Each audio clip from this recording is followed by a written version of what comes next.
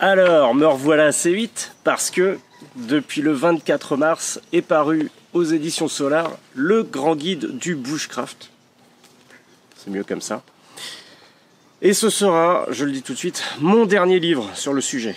Donc on en parle tout de suite.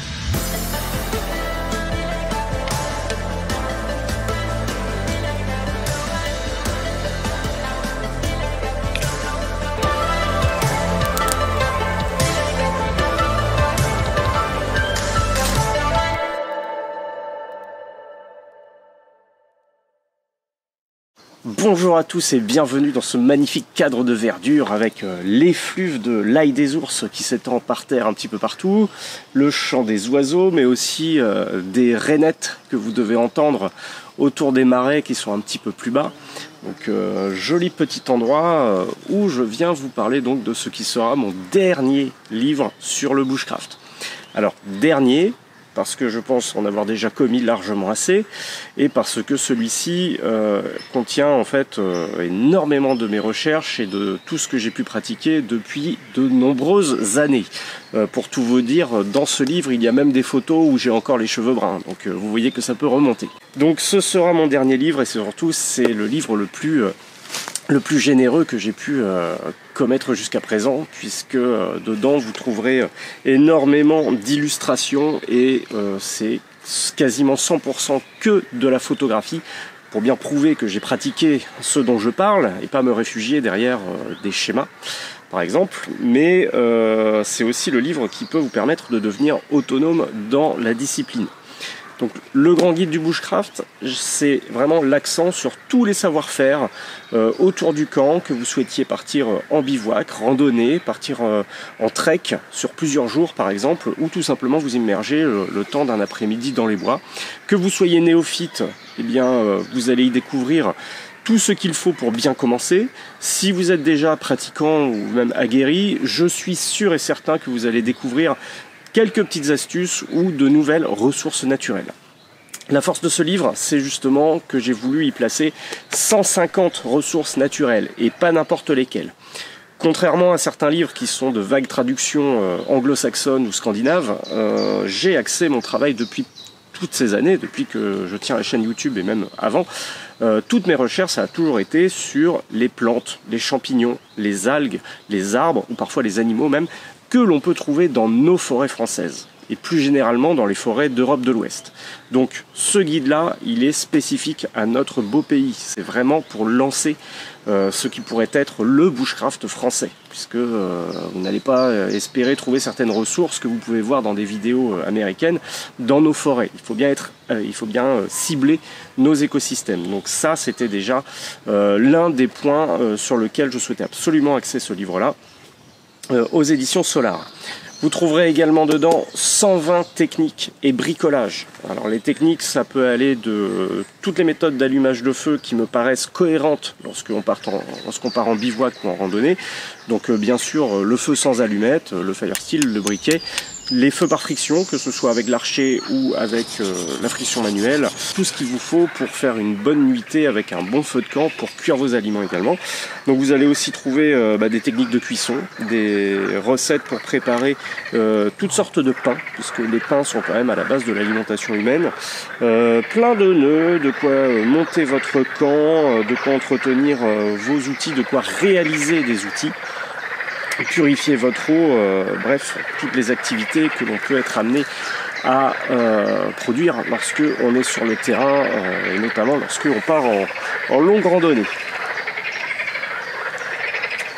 Il fait beau, les grenouilles sont en chaleur.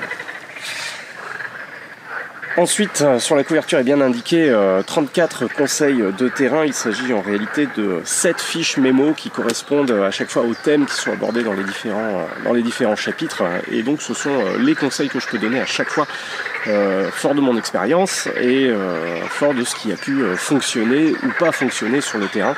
Donc je veux aussi que ce soit un guide extrêmement pragmatique. Vous ne verrez pas de jolis campements tels que vous pouvez le voir des fois sur Instagram avec des belles réalisations type, vous savez, ce feu de camp avec les bûches qui tombent dedans. Voilà, j'ai essayé, tout a cramé ou alors ça marche pas. Donc ça, je préfère ne pas en parler. Donc vraiment, Il y a une buse qui va faire sa fête à un pigeon ramier. Ouais. Donc tous ces conseils de terrain, voilà, c'est tout ce qui a marché pour moi, tout ce qui m'a permis de me sortir parfois d'une situation un peu compliquée, tout ce qui m'a permis de sauver une randonnée ou tout simplement un bivouac, si la météo s'y prête ou ne s'y prête pas. Un livre, ce n'est jamais un travail solitaire, c'est pas toujours, donc j'ai su m'entourer de gens que j'estime, parce qu'ils sont spécialistes dans leur domaine. Donc je peux citer des gens qui ont participé à cet ouvrage, notamment Rupert Brown, de l'école Brown's Bushcraft, qui est basée en Charente-Maritime, à qui je dédie particulièrement cet ouvrage, puisque désormais, si vous voulez faire un stage de bushcraft, je vous recommande d'aller le voir lui, puisqu'on a la même approche naturaliste du monde du bushcraft. Donc d'abord connaître la nature et ensuite se préoccuper de tout ce qui est couteau, matériel, etc. Donc d'abord Rupert Brown, que je remercie, qui vous apprend à construire un abri naturel. Ensuite Gatien Rames, chasseur alpin, qui vous expliquera comment faire face au froid et surtout comment vous préparer face à une sortie par temps extrêmement froid, tout en restant dans les conditions de notre pays. Alors bien sûr, si vous allez bivouaquer en montagne, ces conseils pourront vous aider, mais on n'est pas non plus en expédition en Antarctique avec moins 60 degrés la nuit. Ensuite, on peut remercier aussi Paolo Simoes qui vous explique comment choisir un bon outil pour aller sur le terrain. Soit dit en passant, un bon outil comme le naturaliste que nous avons réalisé ensemble, qui est d'ailleurs bien illustré dans cet ouvrage-là. Donc merci Paolo pour ses conseils avisés avec le choix de l'émouture, le choix du manche, etc. Vous pourrez choisir en connaissance de cause l'outil qui vous correspond à vous. Le naturaliste que je viens de montrer, c'est plus pour la blague, c'est parce que c'est le couteau qui correspond vraiment à ma pratique. Alors, d'après les retours que j'en ai, vous en êtes satisfait, je suis très content, mais de toute façon, je touche pas d'argent dessus et c'était juste pour avoir un outil qui corresponde à ce que moi je fais dans les bois. Donc avec les conseils de Paolo, vous serez capable de choisir votre outil pour aller sur le terrain. Ensuite, on remercie ma chère amie Laurence Stalleux qui vous explique comment débuter dans la découverte des plantes comestibles et des plantes médicinales aussi, donc qui vous donne quelques conseils pour aborder la botanique de façon extrêmement simple. Moi, je complète avec des exemples pour les familles de plantes les plus courantes dans nos contrées. Et d'ailleurs, dans ce livre, j'essaye de vous donner les clés pour vous lancer sans avoir peur dans la botanique ou la mycologie, avec les critères de base qu'il faut connaître. Et ensuite, c'est libre à vous, vous allez pouvoir découvrir vous-même des espèces de plantes, parce qu'en fait, si vous décortiquez déjà l'identification en partant de différentes familles, ça va être tout de suite beaucoup plus simple pour reconnaître ensuite différentes plantes et savoir si dans l'endroit où vous vivez, vous allez trouver justement certaines familles de plantes qui pourraient vous intéresser. Donc pareil pour les champignons. On remercie également Joël Shermans, qui est spécialiste des premiers secours en milieu dégradé, enfin, zone hostile si on veut. Donc là, il nous parle des secours en milieu isolé. Et justement, le bushcraft, c'est typiquement le milieu isolé. Vous avez beau être à 15 minutes de marche du parking et peut-être à 20 minutes de la ville la plus proche, vous êtes en milieu isolé, relativement isolé, puisque les secours vont mettre beaucoup plus de temps pour vous atteindre. Donc il faut être capable de vous prendre en charge. C'est pour ça que je martèle toujours ce conseil, mais formez-vous au premier secours, que ce soit pour vous ou pour les gens qui vous accompagnent. Joël est là pour vous expliquer justement quelles sont les priorités à appliquer lorsqu'on est en milieu isolé et que les secours ne peuvent pas vous rejoindre immédiatement. Et il vous dispense quelques conseils pour traiter des bobos extrêmement courants et notamment une coupure qui peut être assez grave. Moi je parle d'expérience. 6 points de suture au pouce, 2 à l'index, en milieu isolé.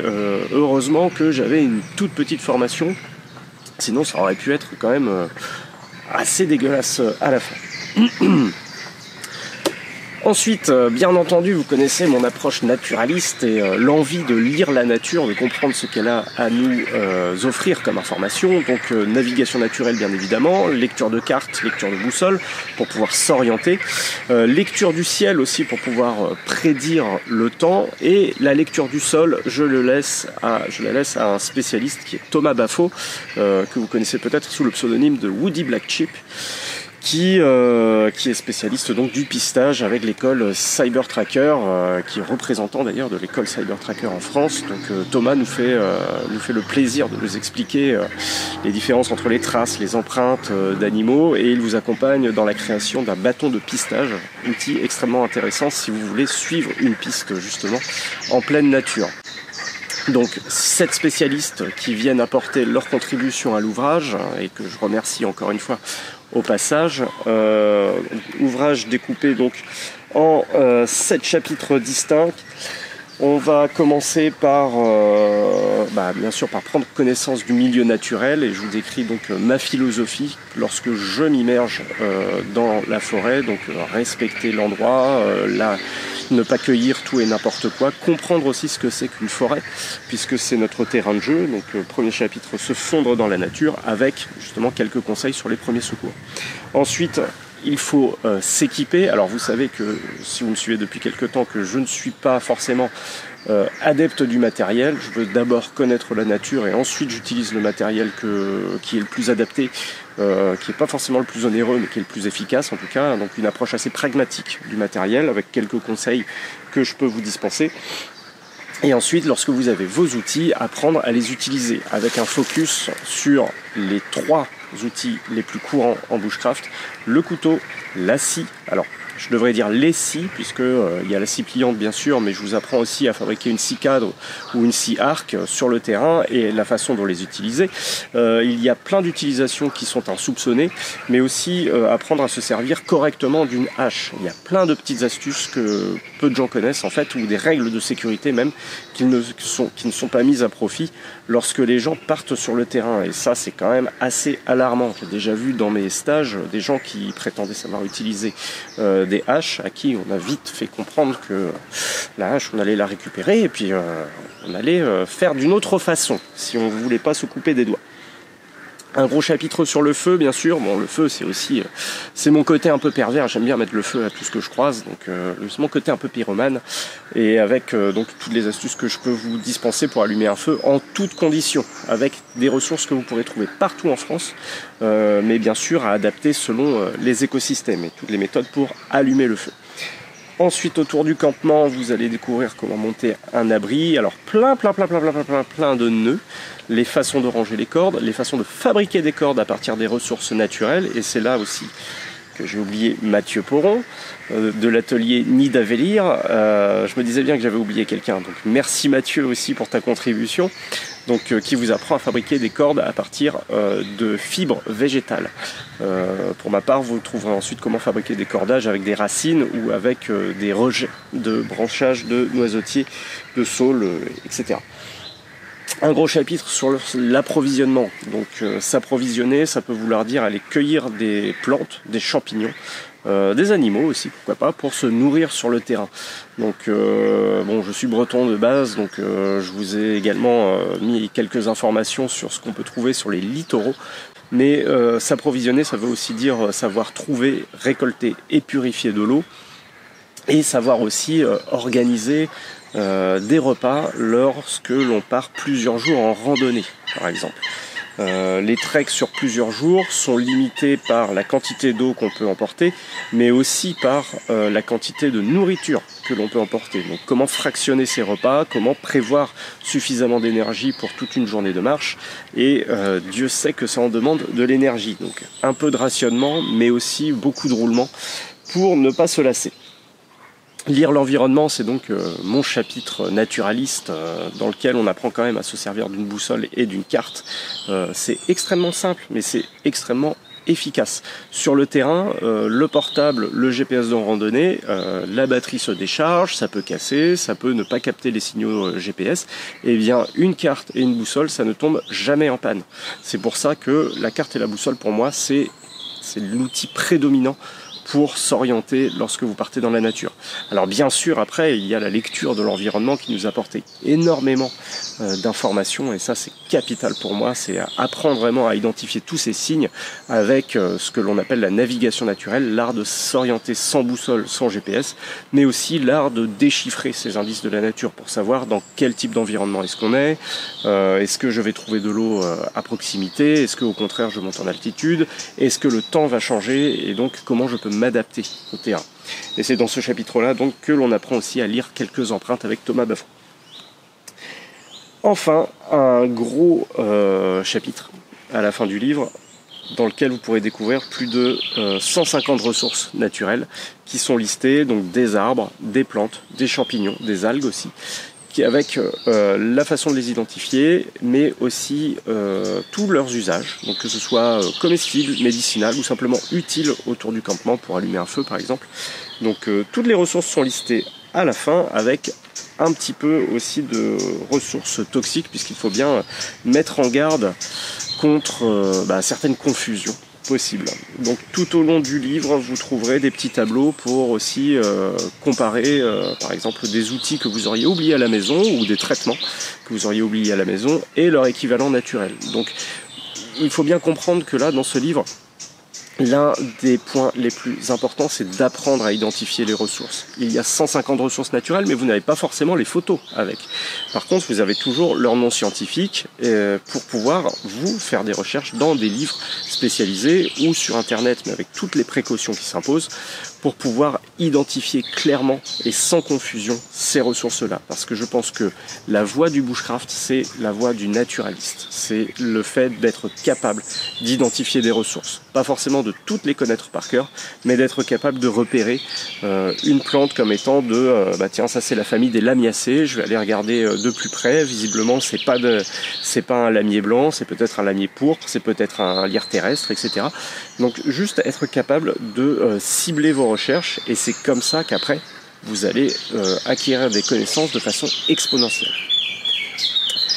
Donc le Grand Guide du Bushcraft, c'est un projet qui remonte à plusieurs années et qui a été concrétisé grâce au concours de Jean-Philippe, Maxime et Guillaume, que je remercie aux éditions Solar. Je suis vraiment très content du résultat puisque la maquette est vraiment très jolie avec beaucoup de photographies. Donc j'espère qu'il vous plaira, et je le répète, après ça il n'y en aura pas forcément d'autres. Après ça, je vais continuer à écrire, mais pas forcément sur le bushcraft en tant que tel, puisque je pense qu'après ce livre-là, il me serait très difficile d'égaler en termes de contenu, en termes de densité d'information, ce que j'ai pu produire ici. Donc à l'avenir, il y aura bien sûr d'autres livres, mais dans d'autres domaines, et je pense notamment explorer justement ce côté naturaliste, le fait de lire et comprendre la nature qui nous entoure, parce que je pense que là, on est dans le raffinement du bushcraft, on est dans une forme très élégante de compréhension, et ce sera justement l'objet de mes prochains projets, de mes prochains écrits, et peut-être aussi de mes prochains podcasts. Donc si vous voulez suivre mon travail, même s'il y aura un petit peu moins de vidéos, vous pouvez toujours aller sur vos plateformes d'écoute de podcast, que ce soit Spotify, Apple Podcast, Google Podcast. Vous y trouverez donc mon podcast le plus régulier qui s'appelle l'Instant Bushcraft, qui continue à être publié, et le podcast, mon ancien podcast Nature Aventure Survie, que je continue aussi, mais uniquement sous forme d'interview lorsque j'ai l'occasion de faire des interviews. Il devrait y avoir des occasions très bientôt. Donc si vous voulez continuer à suivre mon travail, c'est ainsi. Et bien sûr, si vous voulez soutenir mon travail, achetez le livre chez votre libraire. Et quel que soit l'endroit où vous l'avez acheté, vous pouvez me rendre un énorme service. Et cet énorme service, c'est tout simplement d'aller sur Voldemort, Amazon.fr, vous allez sur la fiche du livre et vous pouvez laisser un commentaire honnête et détaillé avec une évaluation jusqu'à 5 étoiles.